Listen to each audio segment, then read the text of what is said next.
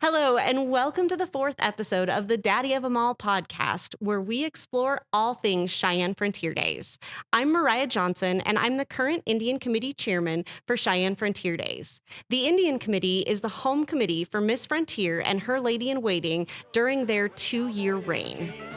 A part of Western history, a legend walking tall. Cheyenne Frontier Days, the daddy of all. On today's episode, I will be chatting with past Miss Frontiers, Jordan Johnson and Rachelle Zimmerman. Ladies, welcome. I'm so excited to see both of you, and I can't wait to talk to you a little bit about your time as Miss Frontiers. Could you both give me a little bit of background about yourselves and your relationship to Cheyenne Frontier Days? I'm Rachelle Zimmerman. I have been involved with Frontier Day since I was probably 12 years old. It was actually started with the Indian Committee. I would take the bales of straw that we would use for seating during the pancake breakfast and volunteered for those 3 pancake breakfasts. I joined the Indian Committee after my time as Miss Frontier, so it kind of continued on from there. But I was a dandy. I was lady in waiting in 1992 and then Miss Frontier in 1993. And I am Jordan Johnson. Rachelle Zimmerman is my mom. So I was also Miss Rentier with my parents both being on the Indian Committee. I was lucky enough to grow up on the Indian Committee. So I spent a lot of time in the village. So I spent a lot of time around Frontier Days, pancake breakfasts and parades. Also a 4-year dandy. So did my time as a drill team girl and then moved on and was lady in waiting and Miss Frontier in 2023. Perfect. So let's dive into it. Can you guys give me some history on Miss Frontier? So the first Miss Frontier was in 1931, and it is a little bit different than how it was for us trying out now. The history shows that it was originally based on ticket sales. So Jean Nimmo Du Bois was our first Miss Frontier, and she sold tickets for an organization. She sold tickets for the American Legion. And since she sold the most tickets, she was the one that was crowned and selected as Miss Frontier, and it has evolved and grown from there into a beautiful organization that we kind of get to bring on that legacy and keep it going. Rochelle, do you want to tell me about some of the changes that you've seen and how the role has evolved over the years? Sure. I think you can start at the very beginning, even where Jordan just left off. The girls now do application. They do a scrapbook, which is kind of a recording of their lives and their accomplishments up to that point. It talks about their family. They have a writing portion, which I didn't have in my year. That's something they added because most Miss Frontiers were dandies. So the committee already knew what their writing skills and abilities were. But that's changed a little bit over the year. And it's not necessarily a prerequisite to be a lady in waiting.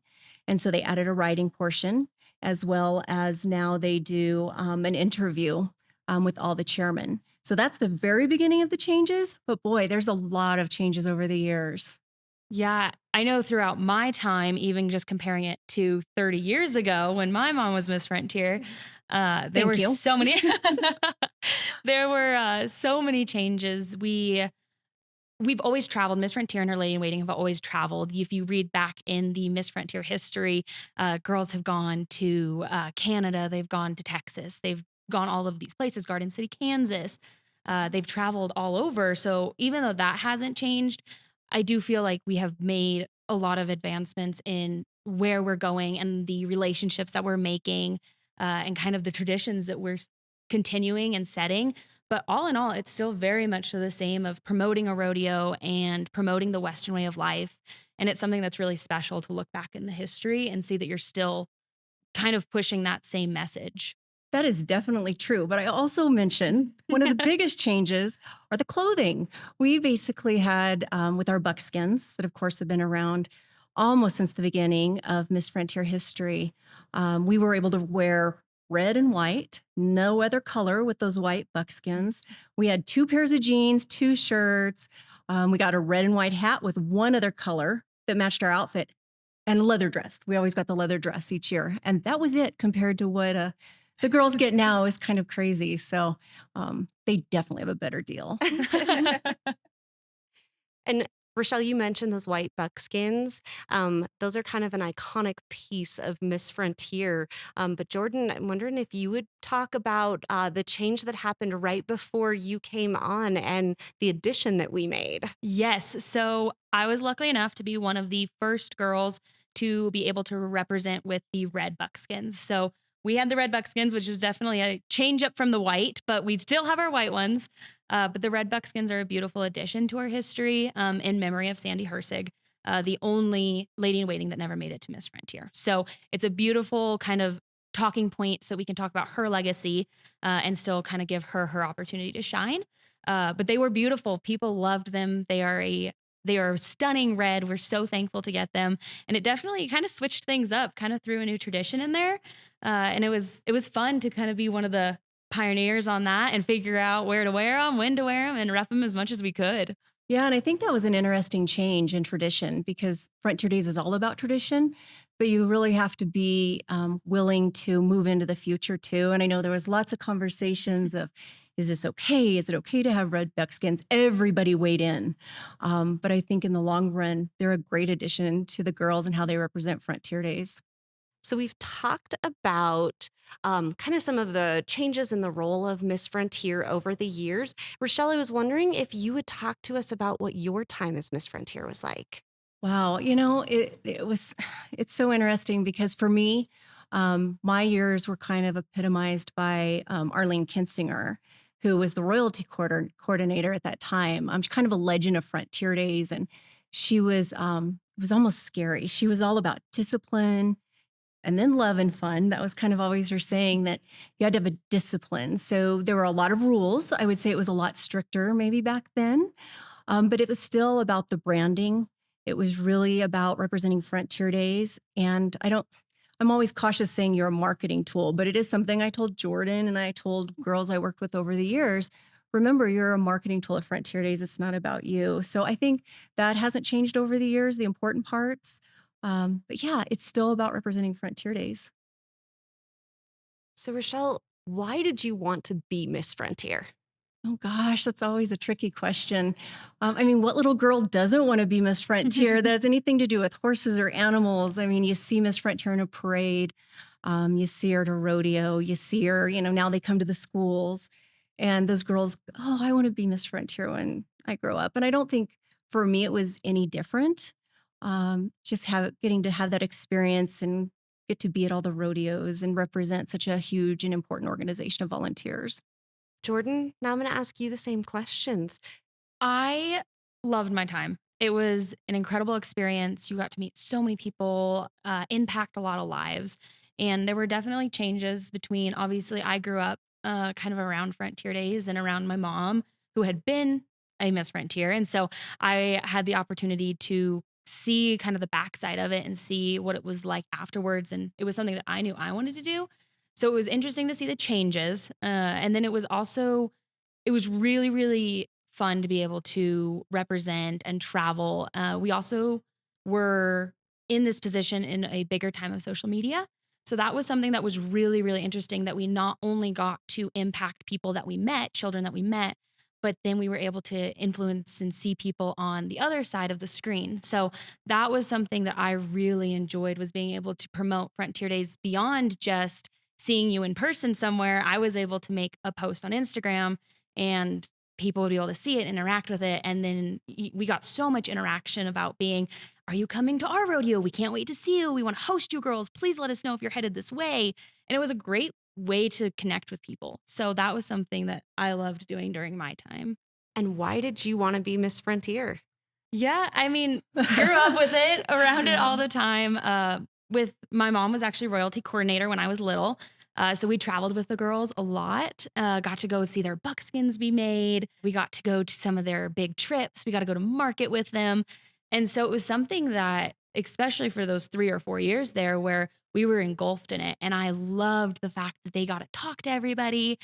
They got to ride their horses everywhere. And they were just, I mean, they were the goal. So I actually named some goats at the time after Miss Frontiers at the time. Katie and Because Boo. I had Katie Yeah, and Boo, that yes. is true. Yeah. Katie and Boo the goats. So it was something that I just never even after doing dandies, and dandies is a really big commitment, and those girls spend a lot of time. And so after doing that, I knew that representation was something I wanted to do. I wanted to be a face, and I wanted to help promote, not only Cheyenne Frontier Days, but also the Western way of life. Do you think you knew from the time that you were little that you wanted to be Miss Frontier, or was it something that came up later on as you grew up and got older? I think it was always there a little bit. When you're Miss Frontier, you get a trophy saddle that has your year on it. Kind of has changed throughout the years, but mums used to sit in the corner of our basement on a really pretty pedestal, and there's a picture of me Probably. 5 years old, Mhm. and I'm sitting in the Miss Frontier saddle with my hat, my cowgirl hat on, and her sash and her gloves on. So I think it was pretty much set in stone from the time that I was little that it was bound to at least probably happen. We always said it is such a big part of your life and a huge commitment. So it's not something you ever want to do for somebody else. You definitely have to know that you're going to take those 2 years of your life and dedicate them to Frontier Days.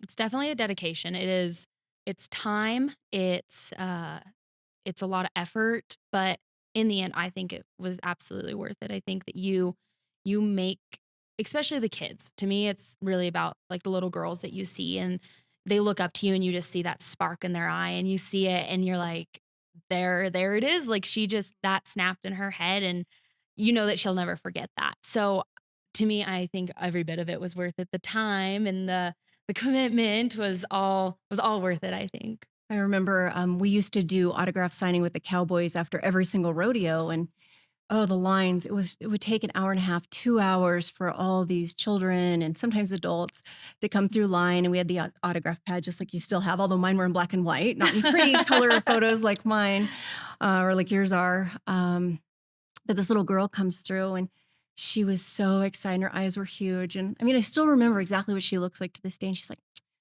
my name's Rachelle, and I've never met anyone else with that name.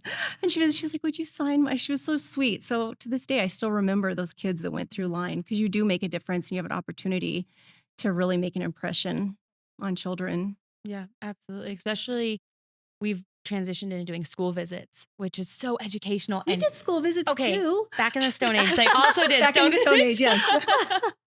But we those school visits, we would do them, and we'd do our autograph sheets. We'd give them out to kids, and then we'd start having kids grab their coats out of their backpacks. They're like, "You can sign my coat." I was like, "Your mom will not be happy if I sign your coat." But those kids, it just shows what an impact and how interested they are in rodeo and us and just the Western way of life, especially growing up in Cheyenne.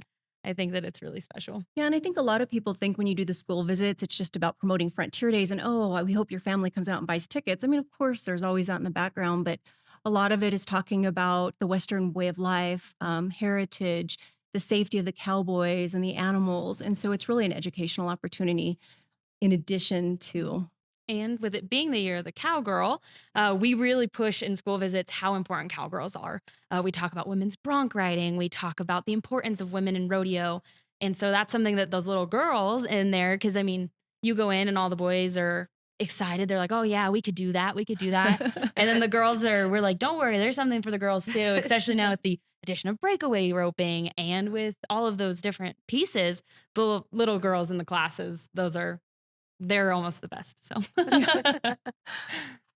Rochelle, tell me what it was like for you to have Jordan carry on your legacy as Miss no, Frontier. we can't talk about that. You'll get me all, oh. Well, it started actually, I think, wow. I start with dandies, because I have to say we were up in Cody, Wyoming, I think was the first uh, time she was a dandy, and she came out into the arena with the dandy song on, and that like knocked me off my feet. And then, of course, the moment you get that phone call and she starts jumping and dancing, and you're just like, oh my gosh, it's her. I And yes, you're excited for her, but I think it's more about knowing that it's something that nobody can ever take away from her. Once a Miss Frontier, always a Miss Frontier. So I think you understand how that becomes part of your lifelong label, especially if you live in Cheyenne or in Wyoming, maybe not as much other places, but I think you just realize that forever that's going to be a part and part of her life. But it was so amazing to watch her and just see how she matured over the 2 years of your life during that age span is a long time. So just the pride you have, and that's all. And Jordan, how about you? What was it like knowing that you were going to carry on this family legacy? It was it was really cool. Like I don't know that you can really put it into words. Cuz like I said, I've been around it and I've seen girls. I've seen not only obviously my mom's scrapbooks and stuff like that, but I've also seen the girls throughout the years being on the Indian committee, seeing the girls and watching it progress and knowing that you want to be part of that legacy and carrying on the traditions not only of the girls directly prior to you, but also carrying on the traditions from years ago, 30 years ago or so, and when they were bringing things back and kind of keeping that core value there, which I think that Miss Frontier's done a beautiful job of making sure that those core traditions, we've had changes, but at the end of the day, it's been the goal of promoting the Western way of life, promoting Western heritage, wearing the traditional buckskins that women bronc riders used to wear because they weren't allowed to wear pants. And so they wore the split buckskin riding skirt so that they could ride broncs, so they could ride horses and be out there with the guys. So I think carrying on that legacy beyond just Miss Frontier, but the way of the cowgirl, I think was something that I really took to heart, especially seeing the differences. So it was really, really cool. It was really neat to be a legacy. There's only been, I think, five. We think we're the fifth. Fifth, If we haven't missed mother-daughter. anybody, yes, mother daughter. But the tradition and the legacy, as Jordan talks about, I think you really have to look at the families that have been involved. There's cousins and aunts in addition to mothers, and I think that's really the important part of Frontier Days, that continuation of generation after generation. Yeah. Okay, you both have mentioned traditions. So I'm going to ask each of you, we'll start with you, Jordan. What's your favorite tradition of Miss Frontier? My favorite tradition, and it's something that I think has become bigger even in the last decade or so, the beaded crowns. The beaded crowns, I think, are a really, really nice part of our outfit and then also our history. So our beaded crowns, for anyone who doesn't know, our beaded crowns are hand beaded by Native Americans. And in every girl's crown, there is a bead that is the wrong color in a different spot every year. And that bead is there to show that just because something isn't perfect does not mean that it is not beautiful, because everything in this world is not perfect, but everything in the world is beautiful. So that I think is a really cool way to tie in Native American history, especially with us being as representative as we are. We use the squash blossoms and the beaded crown. So it's a beautiful kind of nod to the heritage and the history of Wyoming. Well, of course, as Jordan was answering, I was trying to think what my answer would be, because there's so many traditions that are important. Um, I think for me, it of course the beadwork, the squash blossom, but I try to think of the things that were really monumental. When I found out I was going to be Lady in Waiting and then Miss Frontier, what were the things I was looking forward to? What was I so excited about? Of course, the buckskins, the badge. That's a big deal. The saddle that in my era was donated by Taco John's, so that was a big deal. The belt buckle that was donated by or provided by the Hersig family. So I think those same things in the beadwork. I mean, for me, all those things were the first things like, oh my gosh, I get this and I'm going to do that. And they were the huge moments throughout the years. I think those were the traditions that I think are so important. Okay, now I want to know from each of you which moment or moments was your best moment as Miss Frontier at Cheyenne Frontier Days. Rochelle, we'll start with you this time. Shoot. Okay. Um, I would say there's a couple. I'll start with Arlene Kinsinger, going back to kind of her being our royalty coordinator.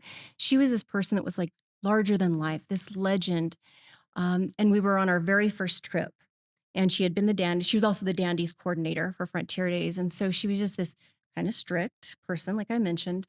And we went on our very first trip. And we shared a room. And we're sitting there. We'd all kind of changed in our comfy clothes. And Arlene sits there and she pulls off her wig.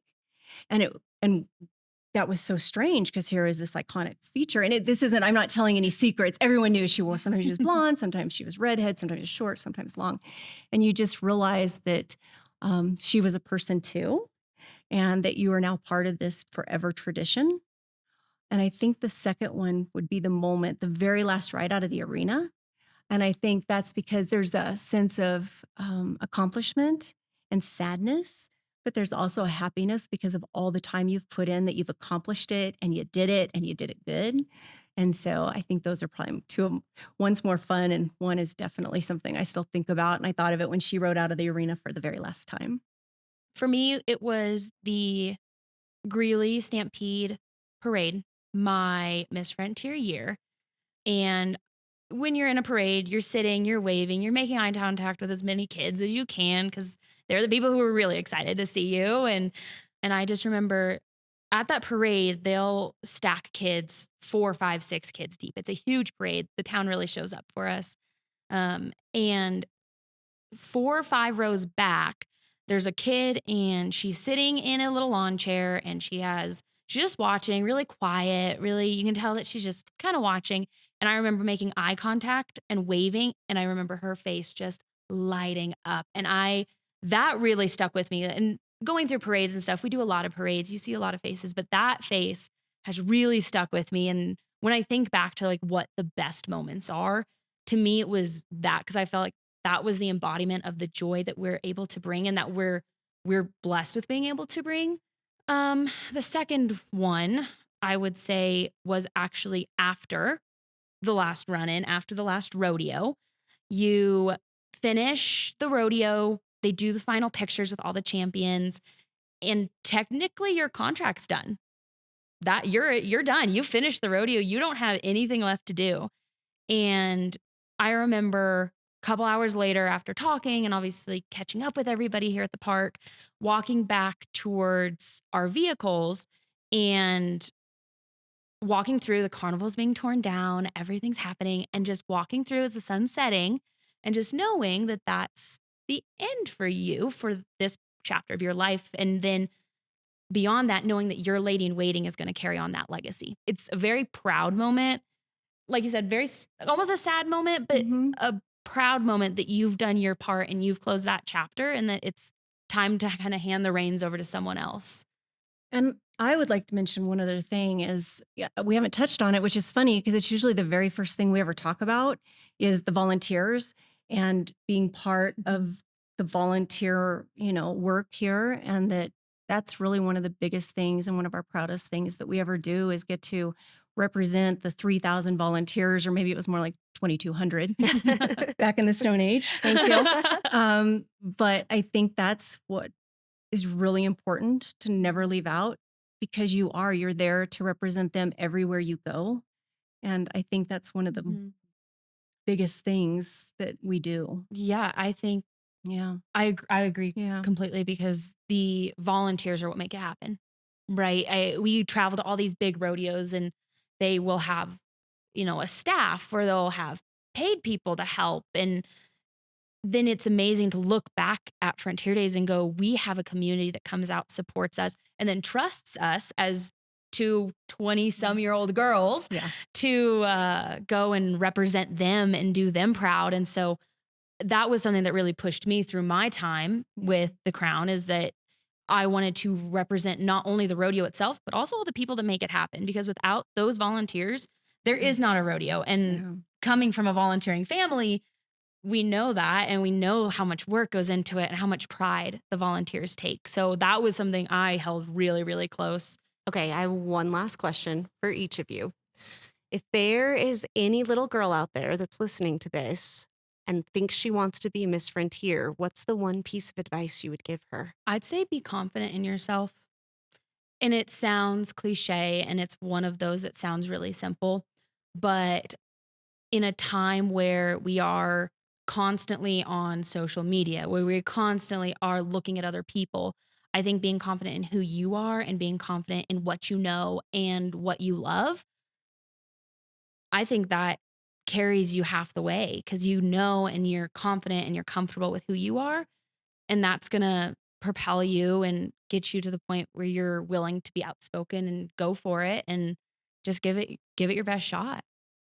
I would say to set the goal and then you figure out how to get there. So decide that's what you want and then figure it out. It even goes back to Jordan talking about social media. make good decisions. Put yourself in a place to be successful. Ask questions. When you get the opportunity, ask somebody, or when you see Miss Frontier, or you see somebody that's been in that position, ask them, what do I need to do to get there? Because I do think that just having the goal is always the start. Can I add a second answer? Absolutely. Okay. I would say one of the biggest things is to make yourself known. Don't be afraid to make some noise to make your place in this world, because once you find what you love and you start to kind of make that wave and you start to make yourself a piece of that piece of history, I don't think anyone can stop you. And just like Mom said about the goal, is that make yourself able to reach your own goal. And you have parents who will buy you a horse. I think that's somewhere in there too. Yeah, Just that one saying, might be a good starting point. that helps. Well, Jordan and Rachelle, thank you guys so much for joining me today to talk about all things Miss Frontier. I really appreciated it, and it was great getting to spend some time with both of you. Thank Thank you. you. Join us again next month as we explore all things Cheyenne Frontier Days. Part of Western history, a legend walking tall. Cheyenne Frontier Days.